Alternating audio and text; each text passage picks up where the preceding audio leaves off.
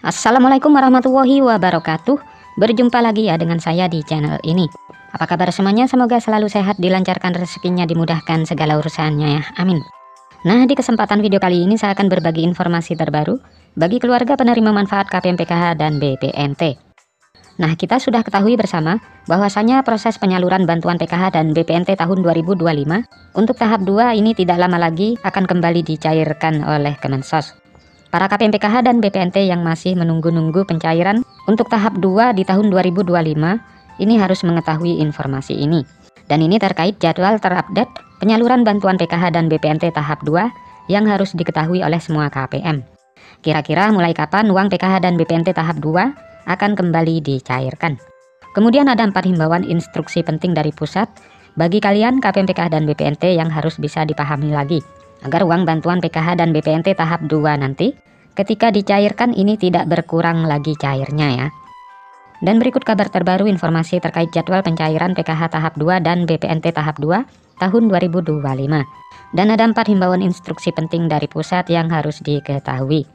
Jadi simak terus videonya sampai selesai agar supaya tidak ketinggalan informasinya. Nah, untuk informasi yang pertama yang perlu diketahui bagi kalian para KPM PKH dan BPNT yang kemarin sudah cair bantuannya di tahap 1 lancar cair. Ya, walaupun ada KPM PKH yang cairnya berkurang tidak sesuai harapan, tetapi tetap disyukuri saja. Berapapun jumlah nominal uang bantuan yang diterima, yang penting masih bisa cair. Kemudian perlu diketahui bersama terkait jadwal penyaluran bantuan PKH dan BPNT tahap 2 yang tidak lama lagi akan segera dicairkan kembali oleh pusat.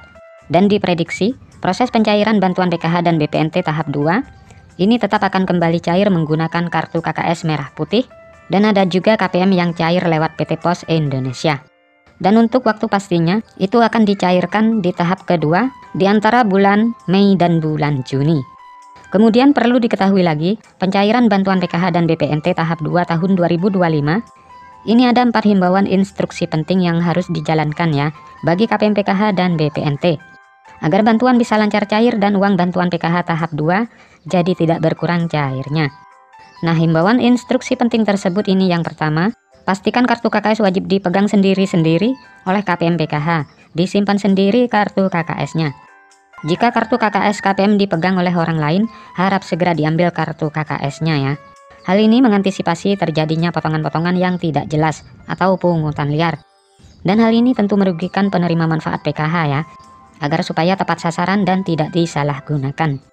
Kemudian instruksi yang kedua, pastikan KPM PKH dan BPNT pada saat pencairan bantuan tahap 2 nanti, ini menerima bantuan PKH maupun BPNT secara utuh ya, tidak ada potongan-potongan.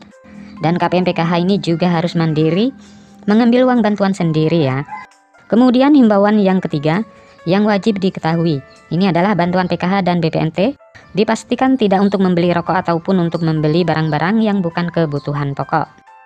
Kemudian himbauan yang keempat, sebelum pencairan di tahap 2, bantuan PKH ini boleh untuk membeli kebutuhan sekolah ya, seperti untuk membeli buku dan alat tulis ataupun untuk membayar SPP dan juga untuk membeli seragam.